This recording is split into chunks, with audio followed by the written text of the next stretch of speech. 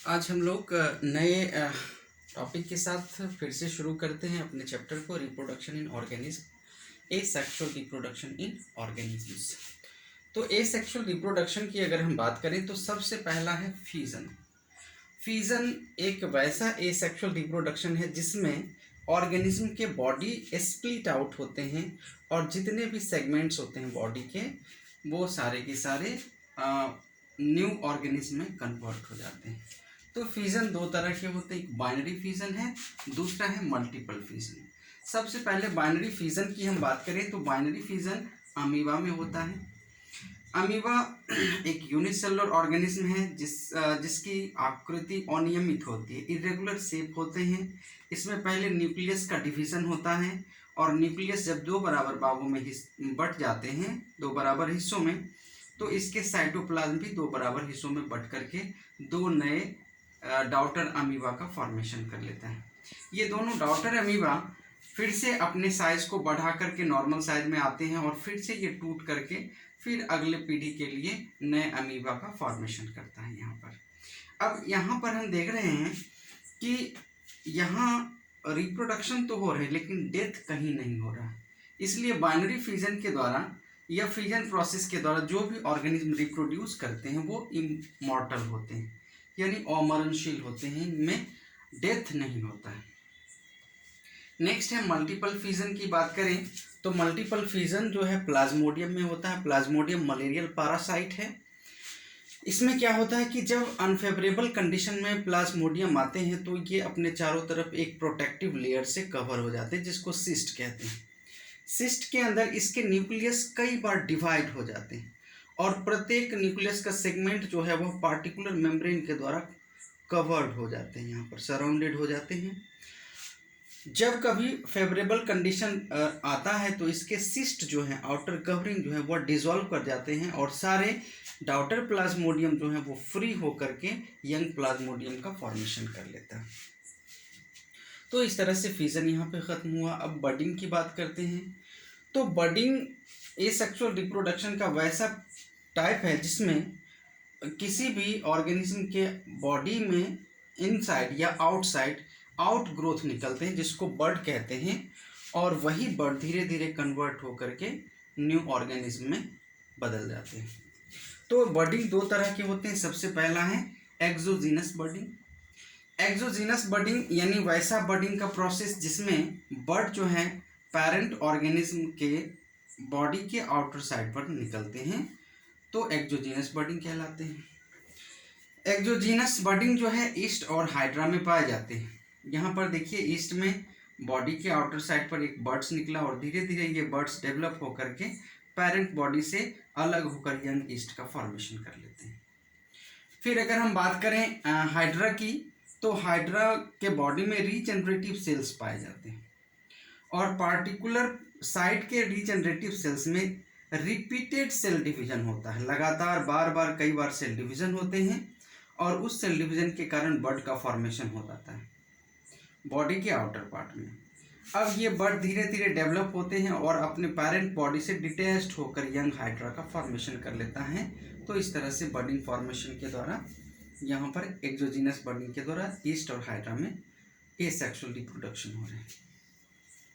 फिर हम endogenous budding की बात करें तो एंडोजीनस बडिंग जो है स्पॉन्जिला में पाया जाता है। स्पॉन्जिला एकमात्र ऐसा सदस्य है स्पॉन्ज का जो फ्रेश वाटर में पाए जाते हैं। स्पॉन्जिला के अगर हम स्ट्रक्चर की बात करें तो इसके स्ट्रक्चर्स दो होते हैं, दो वॉल्स होते हैं इसके बॉडी में और दोनों परफोरेटेड होते हैं यानी छिद्र युक्त होते हैं।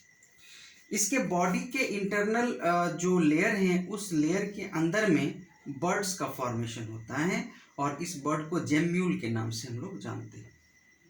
ये जेम्यूल जब इसके अंदर डेवलप होने लगते हैं तो डेवलपमेंट के दौरान कुछ जेम्यूल्स इसके माउथ से यानी ऑस्कुलम जिसको कहते हैं उससे बाहर निकलना शुरू हो जाते हैं और ये सारे के सारे जेम्यूल्स एक जगह पर जमा हो जाते हैं और एक क्लाउड का फॉर्मेशन करते हैं जिसको कहते हैं आर्कियोसाइट।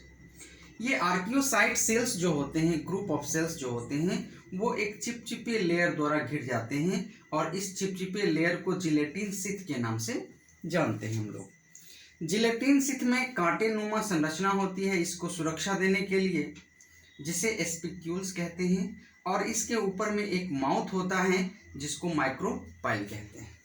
जब ये सारे के सारे जेम्यूल जब डेवलप हो जाते हैं तो ये 180 डिग्री रोटेट करके ये माउथ जो है माइक्रोपाइल सबस्ट्रेटम से चिपक जाते हैं और डेवलप होकर के ये नए स्पॉन्जिला का फॉर्मेशन कर लेते हैं। तो इस तरह से यहाँ पर एक्सोजीनस और एंडोजीनस बडिंग यहाँ खत्म होता है।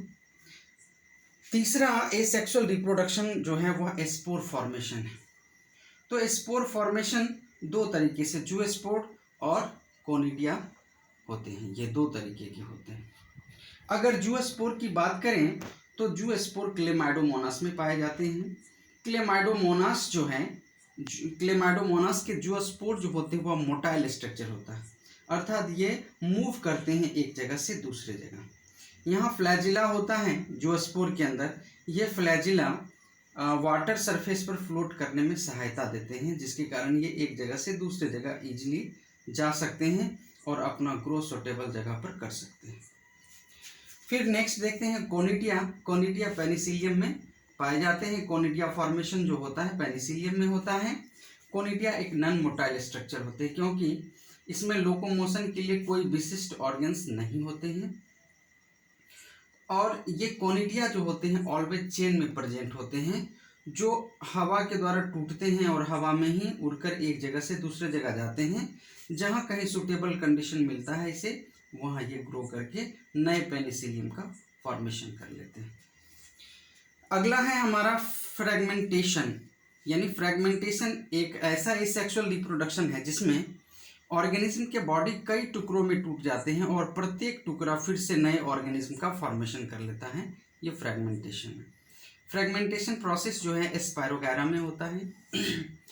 स्पायरोगैरा जब जिस तालाब में है, अगर वहाँ पर फेवरेबल कंडीशन उपलब्ध है इसके लिए, यानी इसके लिए न्यूट्रिशन बहुत ज़्यादा है वाटर में, तो ये अपने फिलामेंट को इनलार्ज कर लेता है और वाटर करंट के कारण इनलार्ज फिलामेंट जो है कई टुकड़ों में टूट जाते हैं।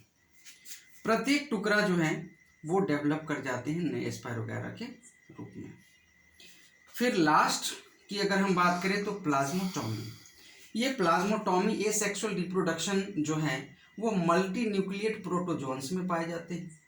इसमें क्या होता है कि प्रोटोजोआ का जो ये न्यूक्लियस है ये कई बार डिवाइड हो जाते हैं, जैसे ये रेड न्यूक्लियस बीच में एक दिखाया जा रहा है।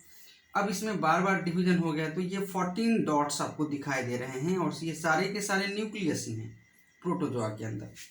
अब पहले क्या होता है कि ये सब न्यूक्लियस जो है 14 न्यूक्लियस जो हैं वह 7 न्यूक्लियस में डिवाइड हो गया, यानी न्यूक्लियर डिवीजन हो गया पहले इक्वल पार्ट्स में।